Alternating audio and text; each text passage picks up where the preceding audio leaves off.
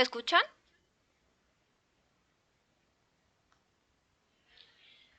Bueno, vamos a esperar unos minuticos antes de comenzar.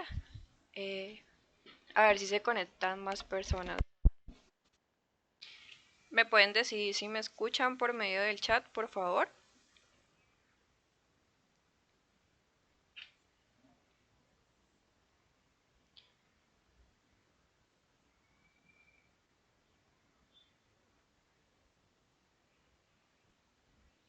Bueno, el día de hoy vamos a hablar acerca de la violencia contra la mujer. Bienvenidos a esta conferencia.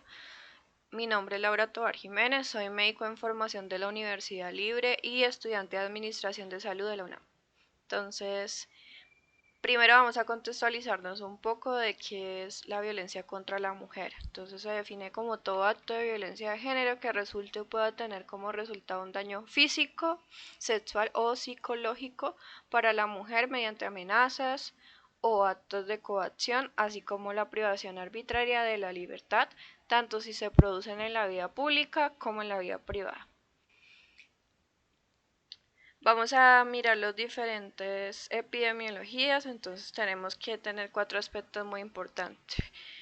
La violencia contra la mujer es una violación a los derechos humanos. También es una problemática muy común en salud pública. Depende también, digamos, del estrato socioeconómico. Afecta a todos los niveles de la sociedad en todas las partes del mundo, desde niñas hasta mujeres mayores, y la violencia infligida por la pareja es la forma más común de violencia contra las mujeres en el mundo, como lo vemos como un 70% de lo que abarca los diferentes tipos de violencia contra la mujer. Entonces tenemos la clasificación de violencia de pareja, que como pudimos ver anteriormente, la violencia de pareja es donde se da el mayor porcentaje de maltrato, la violencia sexual o la violación, que es consumar un acto sexual o otro acto dirigido contra la integridad sexual. Factores de riesgo predisponentes. OMS como que catalogó ciertos tipos de violencia, entonces lo divide en factores que se producen a nivel individual, familiar, comunitario y social, que interactúan entre sí y aumentan o reducen el riesgo de que este evento se reduzca. Factores asociados a la violencia contra la mujer. Los factores asociados pues dependen del tipo de violencia que se desarrolle.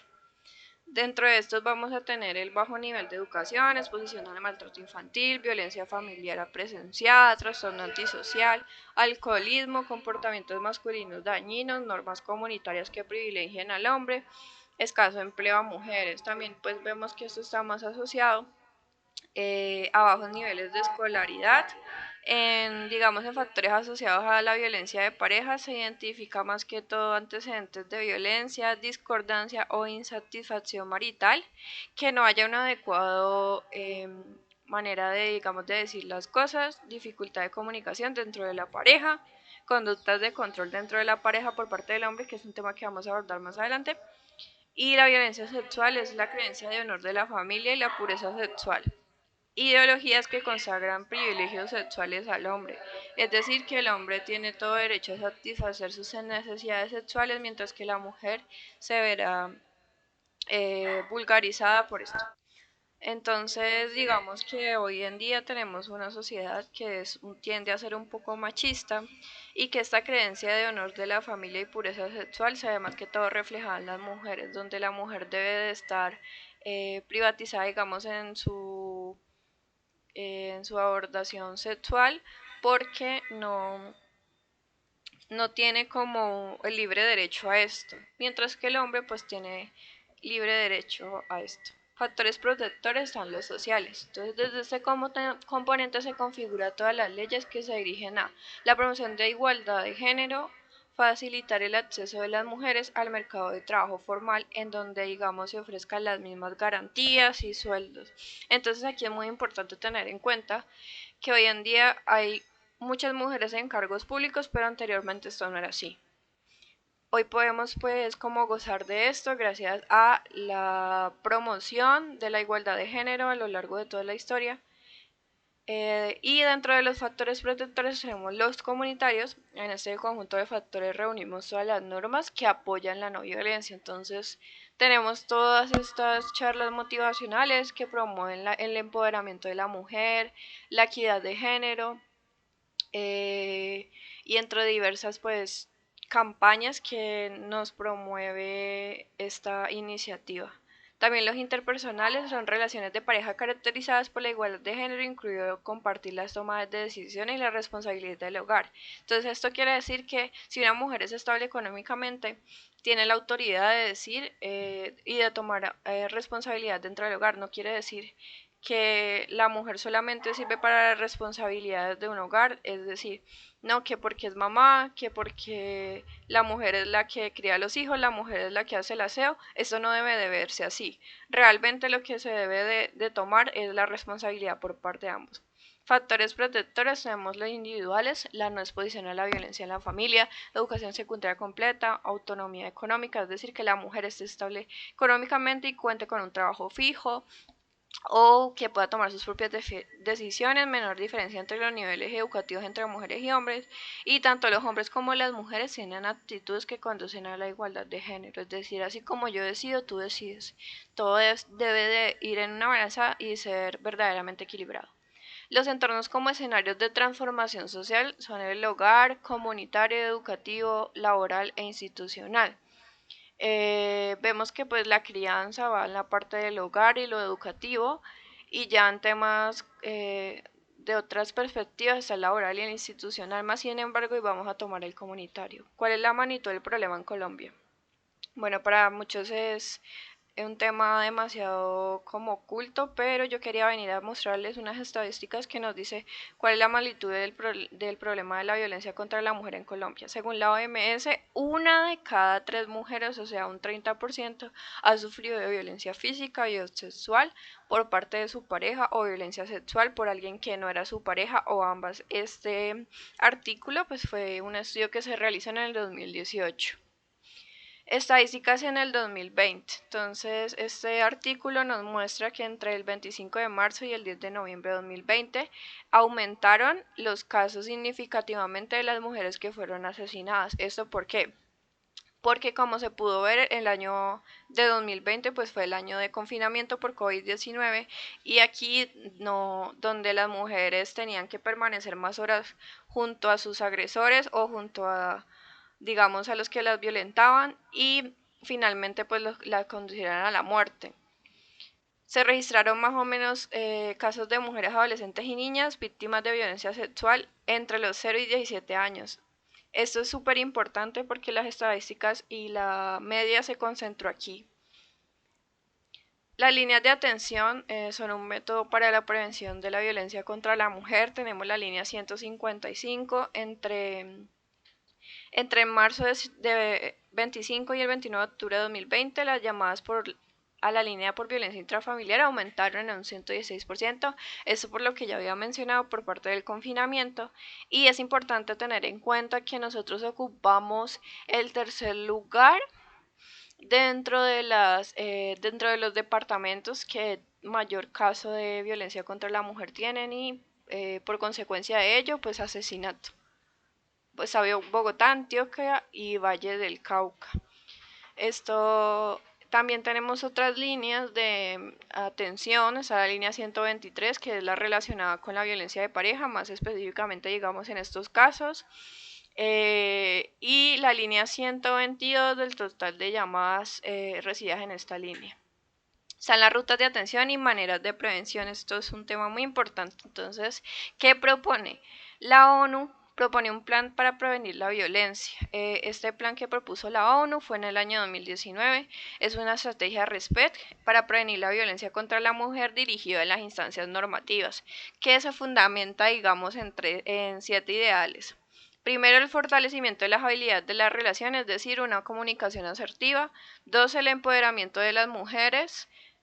3, servicios garantizados, es decir, a todas las víctimas que hayan sido parte de violencia contra la mujer, que se les brinde todos los servicios o préstamos necesarios para su adecuado para su adecuada ruta, reducción de la pobreza, creación de entornos propicios, prevención del abuso infantil y adolescente y cambio de actitudes, creencias y normas. Esa parte de cambios de actitudes, creencias y normas, pues vamos a ver que viene desde la niñez, en donde se da una crianza y una crianza y una educación justa.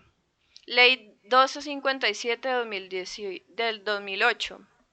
Se dictan normas de sensibilización, prevención y sanción de formas de violencia y discriminación contra las mujeres. Esto fue una ley impuesta para la adopción de normas que permitan garantizar que todas las mujeres tengamos una vida libre de violencia, tanto en el ámbito público como en el ámbito privado.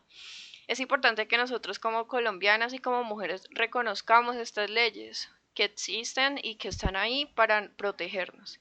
También está pues la diferencia entre principios y derechos, entonces nosotros como derecho tenemos un derecho a la vida digna, integridad física, sexual y psicológica, intimidad, es decir, yo quiero estar con esa persona o no quiero estar, libre escogencia, no ser sometidas a tortura o tratos crueles y degradantes, igualdad real y efectiva, no ser sometidas a forma de alguna discriminación, a la libertad de la autonomía, libre desarrollo de la personalidad y una salud sexual y reproductiva sana. Cuando digo esto me refiero, digamos, a que cada persona, cada mujer tenga la premisa de decir yo necesito utilizar métodos de barrera, yo soy libre de escoger mi vida sexual, si quiero ser mamá o no quiero ser mamá, no solamente porque digamos la pareja como que pone esos límites y nos mandan en esas ocasiones.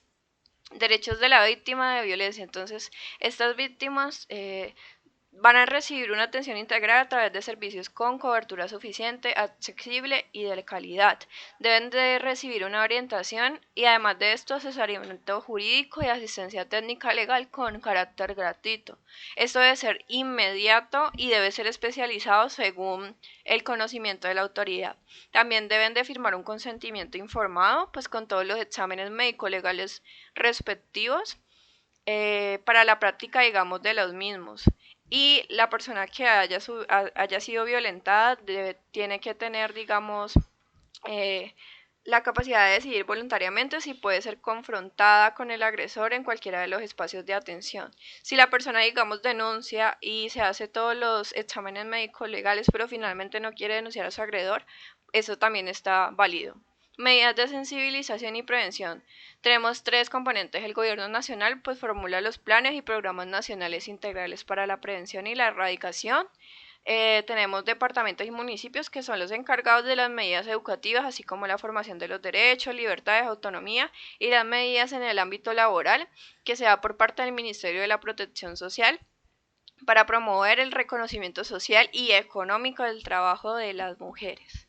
Está la ley 1257 de 2008, en donde se abordan medidas de protección. Entonces, toda persona que dentro de su contexto familiar sea víctima de daño físico, psíquico o daño de su integridad sexual podrá pedir sin perjuicio las denuncias penales a que hubiere lugar.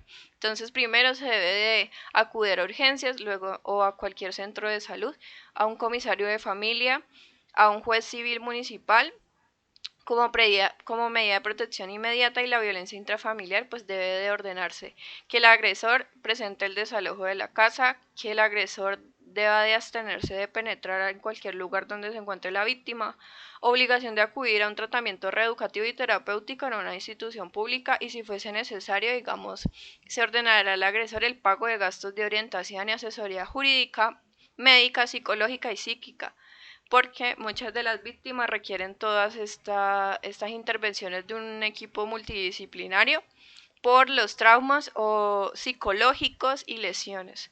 Recordemos pues que también está la ley 1959-2019.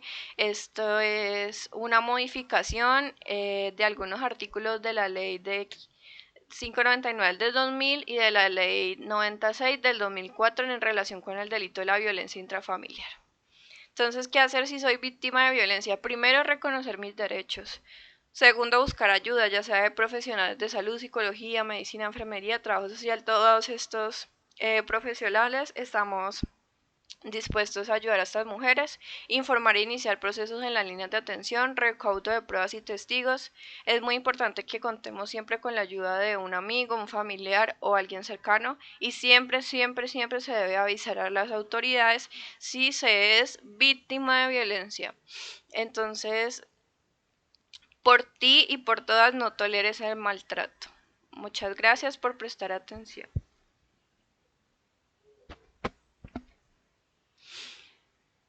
¿Alguien quiere aportar algo a la conferencia?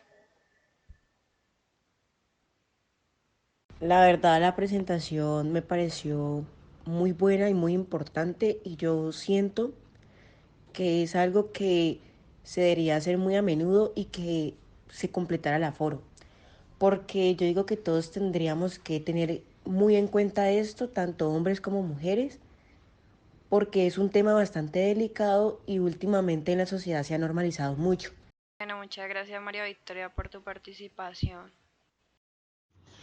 Buenas noches, Laura. Me parece que el tema expuesto es un tema de suma importancia y en estos momentos muchísimo más, donde las mujeres estamos padeciendo por estos ataques y estas del hombre hacia nosotras y esta violencia que no para, además de asesinatos y acoso y bueno, es un tema que requiere y necesita de mucho, mucho, mucho conocimiento para que de esa manera podamos estar atentas y saber cuál es la ruta que debemos de seguir para denunciar estos casos. Eh, Tu exposición me pareció excelente. Bueno, muchas gracias por la participación. Laura, gracias por la presentación, muy educativa. Pienso que es un tema que se debería abordar ampliamente y que todas las mujeres deberíamos conocer, sobre todo porque en muchos casos se, nosotras como mujeres y por la educación y por la vida y por la trayectoria y la historia, no desconocemos que puede llegar a ser un maltrato a la mujer. También por el tema de los niveles de ayuda que podemos recibir y las líneas de atención. Eh, Opino que fue un tema muy, muy interesante y de todas maneras te agradezco mucho la presentación excelente y las ayudas didácticas también. Gracias. Muchas gracias.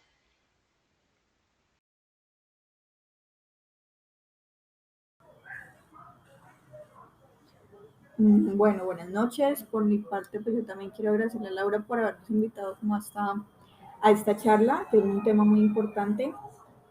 Eh, Gracias como por resaltar un aspecto como el que pues la violencia no simplemente es un golpe y que es muy importante ser conscientes que hay diferentes tipos de violencia para que pues así la mujer como, o sea, si seamos nosotros que estemos en esa situación o que tengamos algún familiar en esa situación, podamos identificarlo para sí mismo actuar y llevar a cabo pues todos estos pasos que Laura nos enseña. Muchas gracias, Kelly. Hola Laura, buenas noches. Primeramente agradecerte por este espacio en el que compartes un tema, pienso que muy importante, no solamente para las mujeres, ¿cierto? Porque uno como hombre debe estar en el deber de conocer acerca de todo esto que tú dispones. Es un tema muy interesante, puesto que nos da a conocer las pautas, directrices, normatividad, líneas de atención en las cuales nosotros podemos comunicarnos en el caso de que veamos algún tipo de estos casos, puede ser dentro de nuestra familia o conocidos, vecinos, no sé. puesto que vemos que hay mujeres que no, por miedo, no se atreven a denunciar. Bueno, el día de hoy ya vamos por terminada esta charla sobre violencia contra la mujer. Espero que les haya sido de su agrado para todos. Muchas gracias por la colaboración, por la participación. Que tengan buena noche y nos vemos.